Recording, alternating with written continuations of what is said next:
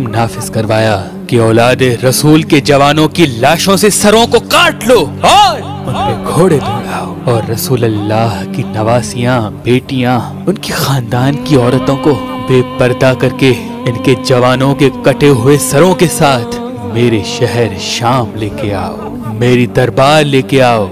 मैं दुनिया को बताऊं कि मैंने इस खानदान का क्या हश्र किया। इनके जवानों को मार दिया, इनकी औरतों को बेइज्जत कर दिया।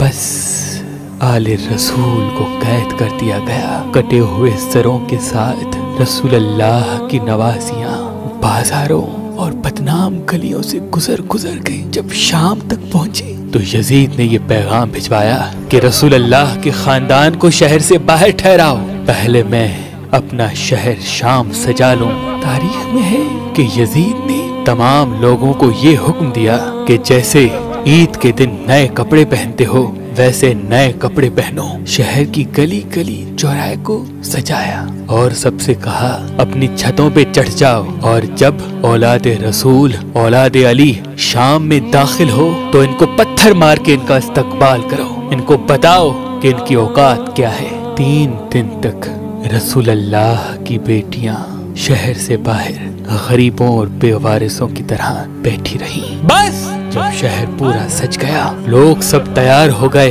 तो रसूल अल्लाह की बेटियों को बुलाया गया।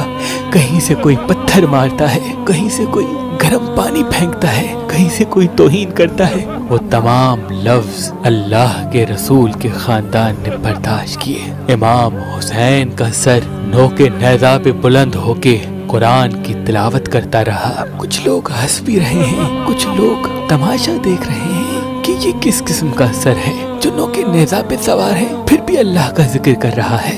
बस जब सैयद ज़ादियाँ और इमाम सज्जाद कैदी होके यजीद की दरबार आ पहुँचे तो यजीद खुशी से झूम रहा था। इतने में किसी ने इमाम हुसैन का कटा हुआ सर यजीद के सामने पेश किया। यजीद अपने हाथों में लाठी लेके इमाम हुसैन के पाक लबों पे मार रहा था और हंस हंस के ये कह रहा था, काश आज मेरा बाबा जिंदा होता, काश आज मेरा दादा जिंदा होता, उनको बताता कि मैंने बनी हाशिम के साथ क्या कर दिया। रसूल अल्लाह के नवासे की तौहीन कर ही रहा था। इतने में यजीद ने ये सोचा कि अल्लाह ने मुझे बड़ी इज्जत दी है। दरबारी खतीब से कहा कि आओ मिंबर पे दुनिया को बताओ कि बनु उमैया इस जमीन पे क्या मर्तबा रखता है। वो पिका हुआ खतीब मिंबर पे आया और यजीद की शान में कसीदे गाने लगा। इतने में इमाम सज्जाद जंजीरों में जकड़े हुए कहने लगे, ऐ खतीब, अफसोस है कि तुमने मखलूक को राजी करने के लिए अपने खालिक को नाराज किया है।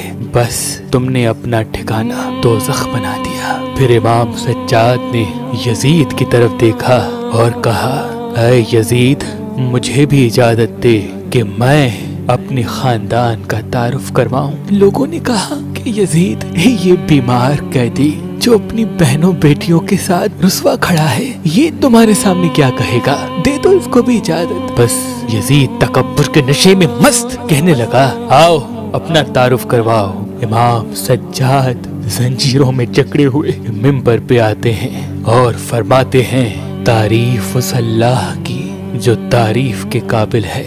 ऐ लोगो, अल्लाह ने हमें 6 चीजें अता फरमाई और 7 चीजों से हमें बरतरी हासिल है, और वो 6 ये हैं, इल्म व हिकमत, हिल्म व बुर्दबारी, जोत व सखा, फसाहत व बलागत, शुजाअत व बहादुरी, और मोमिनीन के दिलों में मोहब्बत व मवद्दत। और हमारी 7 फजीलतें ये हैं कि अल्लाह का रसूल हजरत मोहम्मद मुस्तफ़ा सल्लल्लाहु अलैहि वसल्लम हम में से हैं। उम्मत के सिद्दीक और जवां मर्द अली और जाफर हम में से हैं। रोज़े महशर अल्लाह ने ये एजाज हमारे खानदान को बख्शा कि जब तक अली हौज़े कौसर का जाम न पिलाए कोई जन्नत में नहीं दाखिल होगा। रसूल अल्लाह के शेर हमजा बिन अब्दुल मुत्तलिब हम में से हैं। रसूल अल्लाह की औलाद जिनको अल्लाह ने जन्नत का सरदार बनाया वो हसन और हुसैन हम में से हैं। अल्लाह ने जिस औरत को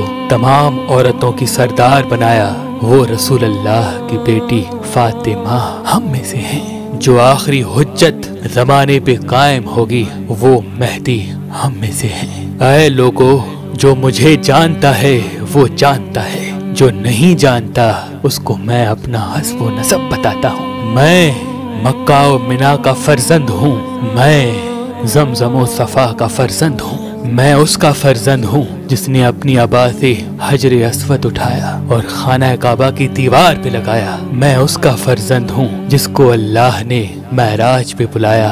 اے لوگو، میں اس محمد کا فرزند ہوں جس کو اللہ نے تمام نبیوں پہ فضیلت بخشی۔ میں اس کا فرزند ہوں جس پہ اللہ اور اس کے فرشتے درود بھیجتے ہیں۔ میں اس کا فرزند ہوں جو وحی خدا کے سوا بولتا نہ تھا۔ ہاں، میں محمد مصطفیٰ کا فرزند ہوں، میں علی مرتضیٰ کا فرزند ہوں، وہ علی جس کی وجہ سے کافروں نے کلمہ پڑھا۔ میں اس فاطمہ کا بیٹا ہوں کہ جب وہ دربار آتی تو اللہ کے رسول کھڑے ہو کے تعظیم کیا کرتے تھے۔ میں حسن و حسین کا فرزند ہوں جن کو اللہ کا رسول اپنے کندھوں پہ سوار کر کے دنیا کو بتایا کرتے تھے کہ یہ مجھ سے ہے، میں ان سے ہوں۔ میں اجر رسالت کچھ نہیں مانگتا سوائے اس کے کہ میری اولاد سے محبت کرو۔ میں اس کٹے ہوئے سر کا وارث ہوں، میں اس خون میں رنگین کفن کا وارث ہوں، میں اس غریب کا بیٹا ہوں جس کو 3 دن بھوکا پیاسا رکھ کے کربلا کی زمین پہ قتل کیا گیا۔ میں اس غریب کا بیٹا ہوں جس پہ نماز میں حملہ کیا گیا، اس کے سر سے امامہ اتار کے ان کا سر کاٹ کے نیزوں پہ بلند کیا گیا۔ میں اس غریب کا بیٹا ہوں جس کی لاش پہ گھوڑے دوڑائے گئے۔ میں رسول اللہ کی بیٹیوں کا وارث ہوں جن کو قیدی بنا کے تمہارے سامنے لایا گیا۔ بس بات جب یہاں تک پہنچی، لوگ رونے لگے، اپنا سر پیٹنے لگے کہ یہ کیا ہو گیا، یہ کیا ظلم ہو گیا۔ یزید نے دیکھا کہ کہیں بغاوت نہ ہو جائے، اپنے وزیر سے کہا جاؤ اذان دو۔ اتنے میں مؤذن نے اذان دی۔ جیسے ہی اللہ اکبر کی صدا بلند ہوئی، امام سجاد نے کہا اللہ سے بڑھ کر کوئی چیز بزرگ و برتر نہیں۔ اذان دینے والے نے جب اشہد ان لا الہ الا اللہ کہا تو امام سجاد نے رو کے کہا بے شک اللہ کے سوا کوئی خدا نہیں، اور اس کی گواہی ہم نے خون سے دی ہے۔ رسول اللہ کی ان نواسیوں نے بے پردہ ہو کر پتھر کھا کھا کے دی ہے۔ اتنے میں اذان دینے والے نے کہا اشہد ان محمد الرسول اللہ۔ بس یہ کہنا تھا۔ امام سجاد نے یزید کی طرف دیکھا اور کہا اے یزید بتا یہ محمد ہمارا جد ہے یا تمہارا جد ہے؟ یہ محمد اس کٹے ہوئے سر کے لب چومتا تھا، یہ محمد اسی حسین کو اپنے کندھوں پہ سوار کرتا تھا جس کا سر تم نے کاٹا ہے، اور اسی محمد کی بیٹیوں کو تم نے بے پردہ کر کے بازاروں میں پھرایا ہے۔ اسی محمد کا خون میری رگوں میں بہتا ہے، اسی محمد کا خون اس کٹے ہوئے گلے سے آج بھی بہتا ہے۔ بس لوگوں کے ذہنوں میں بغاوت نے جنم لے لیا اور یزید نے کہا جاؤ اس حسین کے بیٹے علی کو قید کر دو اور ان عورتوں کو بھی قید خانے میں ڈال دو۔ اور رسول اللہ کے خاندان کو دربار سے لے کر قید خانے کے اندھیرے میں ڈال دیا گیا۔ اور اس امام سجاد کے خطبے کا یہ اثر ہوا کہ اس دن سے لے کے آج تک ہر نیک انسان اس یزید ظالم پہ لعنت کرتا ہے اور اس مظلوم حسین سے پیار کرتا ہے۔ سلام ہو بیمار کربلا امام زین العابدین پر۔